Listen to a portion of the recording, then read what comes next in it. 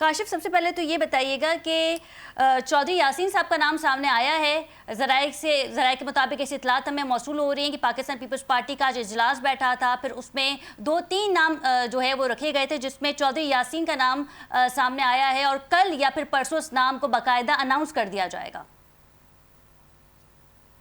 دیکھیں، اس حوالے سے یہ چونکہ جو خبر چلائی گئی تو اس حوالے سے بلاول بھٹو زرداری نے خاصا برہمی کا اظہار کیا جی، اور انہوں نے کہا، اپنی پارٹی کو کہا کہ اس کی فوری تردید کریں، اور جو آزاد کشمیر میں پاکستان پیپلز پارٹی کے جو صدر ہیں چودھری یاسین، تو انہوں نے کوئی 1 گھنٹہ قبل اس خبر کی خود بھی تردید کی ہے، چونکہ پاکستان پیپلز پارٹی کا ایک ٹریک ریکارڈ رہا کہ وہ اجلاس بھی کرتے ہیں اور عدم اعتماد یا کوئی انہوں نے کوئی قائد ایوان کا جب نام سامنے لانا ہوتا ہے تو اس کا ان کا طریقہ یہ ہے کہ بالکل لاسٹ میں جا کے جب عدم اعتماد کی تحریک جمع ہوتی ہے تو اس وقت ڈسکلوز کیا جاتا ہے، تو اس سے پہلے سامنے نہیں آیا، اور اس خبر کی کچھ دیر قبل تردید کر دی گئی ہے پاکستان پیپلز پارٹی کے آفیشلز کی طرف سے۔ اچھا، تو پھر کیا لگتا ہے آپ کو کاشف کہ کس کا نام سامنے آ سکتا ہے؟ پہلے تو 2-3 نام بتائے گئے تھے، پھر اس میں چودھری یاسین کا نام جو ہے وہ سلیکٹ ہوا تھا، ایسی اطلاعات ہمیں موصول ہوئی تھی، لیکن آپ بتا رہے ہیں کہ اس کی تردید ہو گئی ہے۔ دیکھیں، آزاد کشمیر میں جو پاکستان پیپلز پارٹی ہے اس کے صدر چودھری یاسین ہیں، جو اس کے سپیکر ہیں وہ ایک سینئر پارلیمنٹیرین ہیں چودھری لطیف اکبر، اسی طرح سے جو ان کے پارلیمانی پارٹی کے جو سربراہ ہیں اسمبلی کے اندر وہ سردار یعقوب خان ہیں جو سابق صدر اور وزیر اعظم رہے، اور ان کی پارٹی کے جو سیکرٹری جنرل ہے فیصل ممتاز راٹھور، یہ 4 لوگ پیپلز پارٹی کے یہاں انڈر ڈسکشن ہیں اور ان کے حوالے سے بات کی جا رہی ہے۔ دیکھیں، جو آزاد کشمیر میں قائد ایوان کا اگر انتخاب ہے وہ پیپلز پارٹی کلیتاً اپنے 17 جو ممبران ہیں ان کے اوپر نہیں کر سکتی، چونکہ انہوں نے فارورڈ بلاک میں سے بھی اور مسلم لیگ نواز کو بھی اتحاد میں رکھ کے گورنمنٹ بنانی ہے، اور جو ذرائع سے جو خبر ہمیں جو سامنے آئی ہے اس میں بیرسٹر سلطان محمود جو پاکستان تحریک انصاف کے فارورڈ بلاک کے سے تعلق رکھتے ہیں، ان کا 8 رکنی ایک ممبران کا ایک گروپ ہے، تو وہ انہوں نے چودھری یاسین صاحب کے نام کے اوپر رضامندی نہیں دی، جس وجہ سے مسائل پیدا ہوئے۔ اسی لیے مسلم لیگ نواز جو اپوزیشن میں بیٹھنا چاہ رہی ہے جے کے اندر، تو اس سے ووٹ کی مدد پاکستان پیپلز پارٹی نے مانگی ہے اور انہوں نے یقین دہانی بھی کرا دی ہے، لیکن اس کے باوجود بھی جو اطلاعات سامنے آ رہی ہیں کہ جو چودھری محمد یاسین ہیں ان کے اوپر اپنی پارلیمانی جو پارٹی کی جو اکثریت ہے وہ ان کو بطور قائد ایوان ان کے اوپر اعتماد نہیں کر رہی، اور اسی لیے جو اسپیکر اسمبلی ہیں چودھری لطیف اکبر، ان کی پارٹی کے سیکرٹری جنرل فیصل ممتاز راٹھور، ان کے ناموں کے اوپر بھی پارٹی غور کر رہی ہے، اور پارٹی نے یہ خود بھی فیصلہ نہیں کرنا، جو پاکستان پیپلز پارٹی کی مرکزی قیادت نے یہ فیصلہ خود نہیں کر رہا، انہوں نے پرائم منسٹر پاکستان شہباز شریف کے ساتھ کنسلٹیشن کے بعد فیصلہ کرنا ہے کہ ان کا قائد ایوان کون ہوگا۔ کاشف، ہم آپ سے یہ بھی جاننا چاہیں گے کہ اس تمام چیزوں میں چودھری انوار الحق کو کیا مل رہا ہے؟ 2023 میں جب وہ منتخب ہوئے تھے ایوان سے، انہوں نے خطاب کیا تھا تو انہوں نے خود کو پی ڈی ایم کے حوالے کر دیا تھا، اور ان کا کیونکہ تعلق پی ٹی آئی سے تھا، اور اب ہم دیکھ رہے ہیں کہ نہ نون لیگ ان کو لے رہی ہے نہ پاکستان پیپلز پارٹی لے رہی ہے۔ اطلاعات کچھ ایسی بھی آ رہی ہیں کہ انہوں نے بیرسٹر گوڈ سے بھی رابطہ کیا ہے کہ بانی پی ٹی آئی کو میرا یہ پیغام پہنچا دے، کیا کہیں گے اس پہ؟ دیکھیں، چودھری انوار الحق ایک سینئر پارلیمنٹیرین ضرور ہے، لیکن وہ پہلے بھی جب اسمبلی میں رہے تو اس وقت جب اسپیکر تھی اس وقت بھی 4 وزراء اعظم تبدیل ہوئے تھے، وہ سیاسی گٹھ جوڑ کے ماہر ہیں۔ اس دفعہ بھی وہ پاکستان تحریک انصاف کی ایک حکومت ان کی وجہ سے ختم ہوئی، دوسری حکومت بھی انہوں نے اپنی سازش کے تحت ختم کر کے خود وزیر اعظم ضرور بنے، لیکن وہ جو مینڈیٹ پاکستان تحریک انصاف کا تھا اس کے ساتھ انہوں نے دھوکہ دہی کی، اور اس کے بعد جب وہ وزیر اعظم بن گئے پیپلز پارٹی اور مسلم لیگ نواز کے ساتھ، تو انہوں نے پھر پیپلز پارٹی اور مسلم لیگ نواز کی جو قیادت تھی ان کے ساتھ چلنے کے بجائے انہوں نے پیپلز پارٹی کے اندر بھی اور مسلم لیگ نواز کے اندر بھی دھڑے بندی بنائی، گروپ بنائی، نقب زنی کی، تو جس کی وجہ سے انہیں مشکلات کا سامنا کرنا پڑا، اور آج ان کی جو سیاسی اتحادی تھے ان کے ساتھ صرف اس وجہ سے نہیں ہے کہ انہوں نے پارٹیوں کے ساتھ نہیں چلا بلکہ انہوں نے دھڑے بندی کی، گروپ بندی کی، وہ ناکام ہوئے۔ تو ایسی اصلاحات بھی ہیں کہ بیرسٹر گوڈ سے بھی کہا گیا کہ آپ بانی پی ٹی آئی کو میرا پیغام دے دیں، پھر میرا خیال ہے شاید ان کا کہنا یہی ہوگا کہ ہم بے وفا ہرگز نہ تھے پر ہم وفا کر نہ سکے۔ دیکھیں، چونکہ جو چودھری انوار الحق صاحب ہیں ان کا تعلق پاکستان تحریک انصاف سے ضرور رہا، لیکن وہ پاکستان کے اندر جو لوگ حکومتیں تبدیل کرتے ہیں ان کے مشن کے تحت وہ ٹینیور کے اپنے پورے ٹینیور کے لیے وزیر اعظم بنائے گئے تھے، وہ ڈیلیور نہیں کر سکے. اب ان کے پاس ان کو پاکستان پیپلز پارٹی نہیں لے رہی، ان کو مسلم لیگ نواز اپنی پارٹی میں شامل نہیں کر رہی، تو وہ اپنی پرانی پارٹی پیپلز پاکستان تحریک انصاف میں شمولیت کے لیے رابطے کر رہے ہیں. پاکستان تحریک انصاف کے جو سربراہ ہیں، جو چیئرمین ہیں ان کے عمران خان، ان سے بھی رابطے کرنے کی کوشش کر رہے ہیں کہ مجھے واپس لیا جائے. اور میرے ذرائع یہ کہہ رہے ہیں کہ ان کو اس حوالے سے معذرت کر دی گئی ہے کہ آپ نے چونکہ پاکستان تحریک انصاف کی حکومت گرا کے پی ڈی ایم کی گورنمنٹ بنائی تھی، لہٰذا ہم آپ کو اور جو دیگر جو بغاوت کرنے والے جو لوگ تھے ہم ان کو واپس نہیں لے سکتے. لیکن اس کے باوجود بھی وہ کوشش کر رہے ہیں کچھ مشترکہ دوستوں کے ذریعے سے، کے پی کے اندر بیٹھے ہوئے پی ٹی آئی کے رہنماؤں کے ذریعے، اپنے وزراء کے ذریعے، کہ مجھے کسی طرح سے پی ٹی آئی کا واپس حصہ بنایا جائے اور میں معافی کا طلبگار ہوں، لیکن ان کی معافی قبول نہیں ہو رہی. اچھا کاشف، ہم آپ سے یہ بھی جاننا چاہیں گے کیونکہ آپ کشمیر کی پولیٹکس کو بڑے ہی قریب سے دیکھتے ہیں، تو یہ بتائیے گا کہ 6-7 ماہ کی حکومت ہے جو پاکستان پیپلز پارٹی کے ہاتھ آئے گی، تو اس میں پاکستان پیپلز پارٹی کیا کر لے گی؟ اور نون لیگ جو کہ اپوزیشن میں بیٹھ رہی ہے، تو یہ ان کے لیے ایک مثبت فیصلہ ہوگا؟ دیکھیں، جو آزاد کشمیر کے حالات پچھلے 2-2.5 سال کے دوران جو بنے کہ اسمبلی کے اوپر، اسمبلی کے ممبران کے اوپر، حکومت کے اوپر اور اداروں کے اوپر آزاد کشمیر کے عوام کا جب اعتماد ختم ہوا تو بڑی بڑی 3 تحریکیں چلائی گئی. جی. وہ اعتماد شیک کس وجہ سے ہوا کہ جو گورنمنٹ تھی اس کا پبلک کے ساتھ تعلق نہیں تھا، وہ پرائم منسٹر آفس تک ان کی ایکسیس نہیں تھی، ان کی اپنے وزراء تک ایکسیس نہیں تھی، اور وزراء کی اپنی کوئی جماعتیں نہیں تھی، چونکہ اکثریتی جو سیٹیں لی تھی 33 سیٹیں تھی پاکستان تحریک انصاف کے پاس، وہ فارورڈ بلاک میں جب تبدیل ہوئی تو لوگ اپنے جو نمائندے تھے، اپنی پارٹی تھی، ان کو تلاش کرتے رہے. تو حکومت کی جو آنرشپ تھی اس پورے دورانیے میں، وہ لینے کے لیے نہ کوئی وزیر تیار تھا، نہ کوئی سیاسی جماعتیں تیار تھی. مسلم لیگ نواز آزاد کشمیر کے جو تقریباً 29 حلقے ہیں ان میں اپوزیشن میں تھی. جو پیپلز پارٹی ہے وہ آزاد کشمیر کے تقریباً 20 کے قریب حلقوں کے اندر اپوزیشن میں تھی. تو وہ جو ایک سیاسی خلا پیدا ہوا، ایک غیر فطری حکومت بنانے کا، اس کا نقصان یہ ہوا کہ سیاسی عمل سے لوگوں کا اعتماد شیک ہو گیا. بالکل. اب پاکستان پیپلز پارٹی ہے یا مسلم لیگ نواز اگر مل کے بھی گورنمنٹ بناتی ہیں اور وہ آنرشپ لیتی ہیں، اپنی گورنمنٹ کی ذمہ داریاں لیتی ہیں، لوگوں کے پاس جاتی ہیں، ان کے احتجاج ہوں، ان کے مسائل ان کے پاس جاتی ہیں، اور جو پروجیکٹس لانچ ہوتے ہیں ان کی بھی آنرشپ لیتی ہیں، تو لوگوں کا پھر سے اعتماد بنایا جا سکتا ہے. سسٹم اداروں کے اوپر بھی. اچھا، انوار الحق صاحب نے بھی یہ کہا ہے، کیونکہ آپ نے پروجیکٹس کے بارے میں بات کیا کہ جو پروجیکٹس انہوں نے شروع کیے ہیں وہ کنٹینیو رہیں گے، مطلب چلتے رہیں گے. اس حوالے سے بھی آج ان کا ایک بیان سامنے آیا تھا. دیکھیں، چودھری انوار الحق صاحب نے ساری چیزیں روک کے رکھی ہوئی تھی. گزشتہ 2 دن میں ہم نے دیکھا ہے کہ انہوں نے تقریباً 10 ارب روپے کا جو ڈیولپمنٹ بجٹ تھا وہ مختلف سیکٹرز کے اندر انہوں نے اس کو ڈیوائیڈ کر کے تقسیم کرنے کی کوشش کی ہے. لیکن اس کا رزلٹ یہ نکلا، چونکہ وہ بلاک پالیٹکس کرتے تھے، وہ اسکیمیں ان کے پاس جو جون کی پڑی تھی آج تک ان کے ٹیبل پہ تھی، اب انہوں نے سپیڈی نکالنے کی کوشش کی.